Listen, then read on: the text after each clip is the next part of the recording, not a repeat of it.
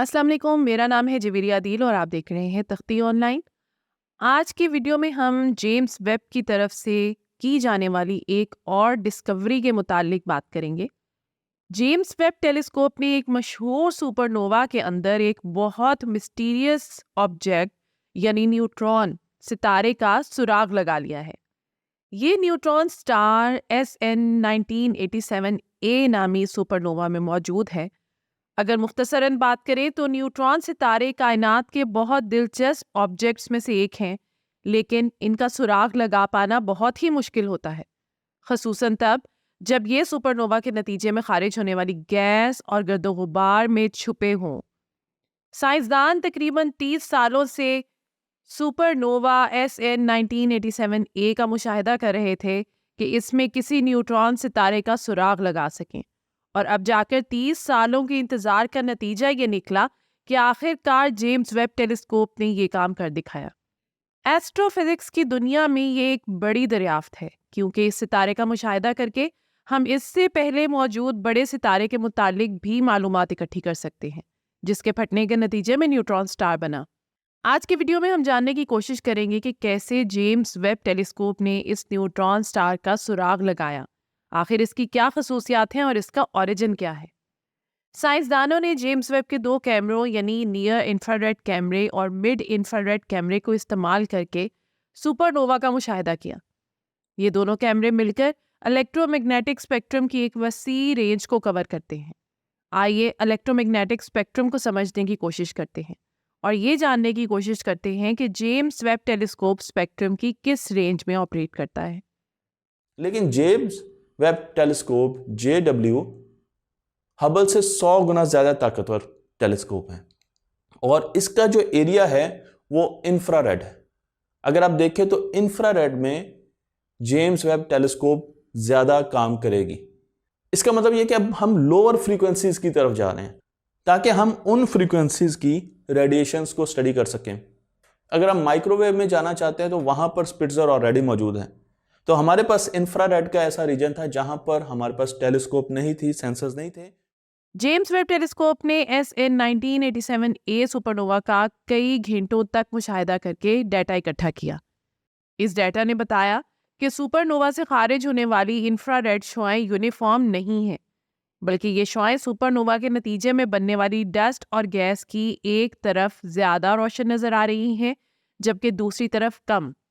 Telescope से ली गई तस्वीर में वाज़ेह तौर पर देखा जा सकता है कि गैस और गिरदो गुबार की रिंग की मशरकी यानी ईस्टर्न साइड ज़्यादा रोशन है, जबकि दूसरी साइड कम रोशन है। रिंग का ये हिस्सा बाकी रिंग की निस्बत 10 गुना ज़्यादा रोशन है, और अगर इसके टेम्परेचर के ग्राफ को देखें तो ये 1000 केल्विन तक दिखाई देता है, जो डस्ट के एवरेज टेम्परेचर से बहुत ज़्यादा है, जो कि 200 केल्विन है। तो आखिर रिंग के इस रोशन हिस्से की वजह क्या है? जब जेम्स वेब टेलीस्कोप से देखा गया तो इल्म हुआ कि इस सुपरनोवा के बिल्कुल मरकज में एक न्यूट्रॉन स्टार मौजूद है, और वो रिंग की मशरकी साइड को बहुत ज़्यादा एनर्जी वाली रेडिएशन खारिज करके गर्म कर रहा है। इससे खारिज होने वाली रेडिएशन ज़्यादातर एक्स-रे और गैमा रे स्पेक्ट्रम में मौजूद हैं, जिनमें ये सलाहियत होती है कि ये डस्ट और गैस में से गुजर सकती हैं। ये शुआएं गिरदो गुबार के साथ टकरा कर अपनी एनर्जी का कुछ हिस्सा इसे ट्रांसफ़र कर देती हैं, जिसके नतीजे में ये पार्टिकल्स ग्लो करना यानी चमकना शुरू कर देते हैं। इस अमल को डस्ट हीटिंग के नाम से जाना जाता है, और ये कायनात में हर उस जगह पर हो रहा है जहां नए बनने वाले सितारे मौजूद हैं। लेकिन साइंसदान ये नहीं जानते थे कि क्या ये रेडिएशन वाकई एक न्यूट्रॉन स्टार से निकल कर आ रही है या किसी दूसरे ऑब्जेक्ट से। इस सवाल का जवाब जानने के लिए उन्होंने इंफ्रारेड लाइट की पोलराइजेशन को चेक किया। पोलराइजेशन को चेक करने का मकसद ये था कि ये जाना जा सके कि आखिर ये रोशनी कहाँ से खारिज हुई। मज़ीद रोशनी की पोलराइजेशन को चेक करके मैग्नेटिक फील्ड की मौजूदगी और शेप का अंदाज़ा लगाया जा सकता है। इस मकसद के लिए जेम्स वेब टेलीस्कोप में एक मखसूस डिवाइस मौजूद है, जिसे कोरोनाग्राफ के नाम से जाना जाता है। इसका काम ये था कि इसने सुपरनोवा के मरकज से आने वाली रोशनी को ब्लॉक करके डस्ट में मौजूद लाइट पोलराइजेशन के मध्यम हिस्से पर फोकस किया। टेलीस्कोप की इस खूबी को इस्तेमाल करके एस्ट्रोनॉमर्स ने सुपरनोवा से आने वाली रोशनी की पोलराइजेशन को चेक किया और इस नतीजे पर पहुंचे कि ये रोशनी बिल्कुल रैंडम नहीं थी, बल्कि इसका एक मखसूस पैटर्न था। यानी ये एक खास तरतीब से आ रही थी, जो तरतीब सिर्फ और सिर्फ एक न्यूट्रॉन स्टार से निकलने वाली रोशनी में पाई जाती है। रोशनी की पोलराइजेशन का जो पैटर्न देखा गया वो सुपरनोवा की वजह से बनने वाली रिंग में मौजूद रोशनी ही की तरह का था, जिससे ये वाज़ेह हो गया कि सुपरनोवा के मरकज़ में न्यूट्रॉन स्टार मौजूद है। न सिर्फ न्यूट्रॉन स्टार मौजूद है, बल्कि मुसलसल स्पिन भी कर रहा है और रेडिएशन भी खारिज कर रहा है।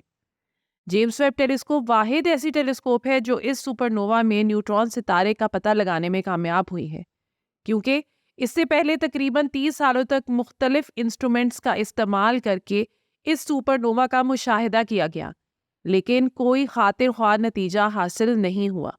अब ये जानने की कोशिश करते हैं कि इस न्यूट्रॉन स्टार की खसूसियात क्या हैं, ये कैसे बना, यानी इसका ओरिजिन क्या है, और कैसे ये सुपरनोवा एक्सप्लोजन के बावजूद अपना वजूद बरकरार रखने में कामयाब रहा, और आखिर वो क्या मुश्किलात थी जो इसको डिटेक्ट करने में साइंसदानों को पेश आई।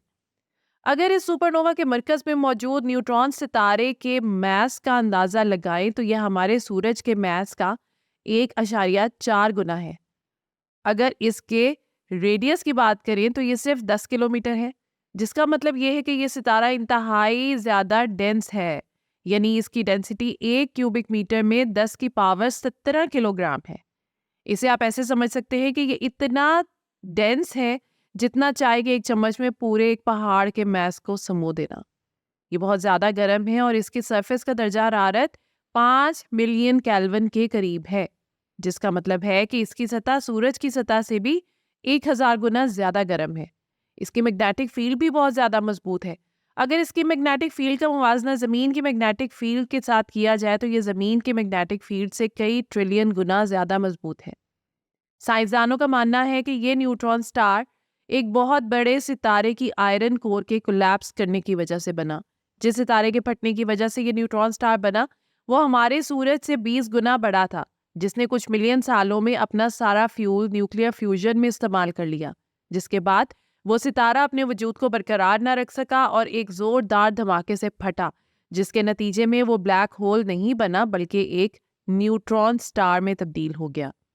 ये न्यूट्रॉन स्टार जब बना तो इसके गिर्द बहुत सी गर्दो गुबार भी मौजूद थी, जिसकी वजह से इससे निकलने वाली रेडिएशंस हम तक नहीं पहुंच सकी। गर्दो गुबार और गैस ने न्यूट्रॉन सितारे के गिर्द एक रिंग बना ली।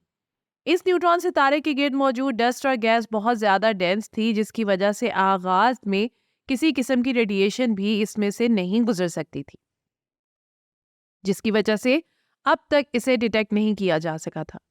लेकिन वक्त गुजरने के साथ साथ ये गर्दो गुबार और गैस पतली होती गई, जिसके नतीजे में कुछ रेडिएशन इससे बाहर आने के काबिल हुई, लेकिन ऐसा होने में भी तकरीबन 37 साल लग गए। न्यूट्रॉन सितारे से निकलने वाली ये रेडिएशन यूनिफॉर्म नहीं थी, बल्कि इनकी सिमत एक तरफ ज़्यादा थी, जिसकी वजह यह है कि न्यूट्रॉन स्टार तकरीबन 30 डिग्री एक साइड को झुका हुआ है। इसके अलावा न्यूट्रॉन स्टार की मशरकी साइड पर गर्दो गुबार और गैस इसकी मगरबी साइड की निस्बत बहुत कम है। यही वजह है कि इसके गिर्द मौजूद रिंग की एक साइड ज़्यादा जबकि दूसरी साइड कम रोशन नज़र आती है। इससे निकलने वाली रेडिएशंस का इन्हिसार इसकी अपनी हरकत और स्पिन पर भी है। ये न्यूट्रॉन सितारा तकरीबन 300 किलोमीटर फी सेकंड की रफ्तार से हरकत कर रहा है और एक सेकंड में इसके घूमने की रफ्तार 1.5 रोटेशन है। यानी ये एक सेकंड में 1.5 रोटेशन मुकम्मल करता है। इसकी रोटेशन की रफ्तार बहुत कम है और इसकी मुमकिन वजह यह है कि सुपरनोवा एक्सप्लोजन के दौरान इसने अपना कुछ एंगुलर मोमेंटम खो दिया होगा, जिसके नतीजे में अब ये कम रफ्तार से रोटेट करता है। इसकी हरकत की वजह से डॉपलर इफेक्ट पैदा होता है, जिसका मतलब है कि इससे निकलने वाली रेडिएशन की वो साइड जो हमारी तरफ आ रही होती है वो ब्लू शिफ्ट हो जाती है, जबकि इसके मुतबादिल साइड रेड शिफ्ट हो जाती है, जिसकी वजह से न्यूट्रॉन स्टार के स्पेक्ट्रम में वेरिएशन आती है, जिसे जेम्स वेब टेलीस्कोप की तरफ से डिटेक्ट किया गया है। इस स्टार की सभी खसूसियात अभी तक वाजे नहीं हो सकी और इसकी खसूसियात और ओरिजिन को समझने में साइंसदानों को भी काफ़ी चैलेंजेस दरपेश हैं।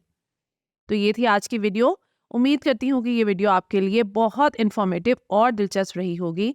आपसे गुजारिश है कि वीडियो को लाइक करें और ऐसी ही मज़ीद दिलचस्प, इन्फॉर्मेटिव और एजुकेशनल वीडियोज़ के लिए हमारे चैनल तख्ती ऑनलाइन को सब्सक्राइब करके बेल आइकॉन को भी लाजमी प्रेस कर लें। शुक्रिया। मिलते हैं ऐसे ही किसी नई वीडियो में। मुझे दीजिए इजाज़त। अल्लाह हाफिज़।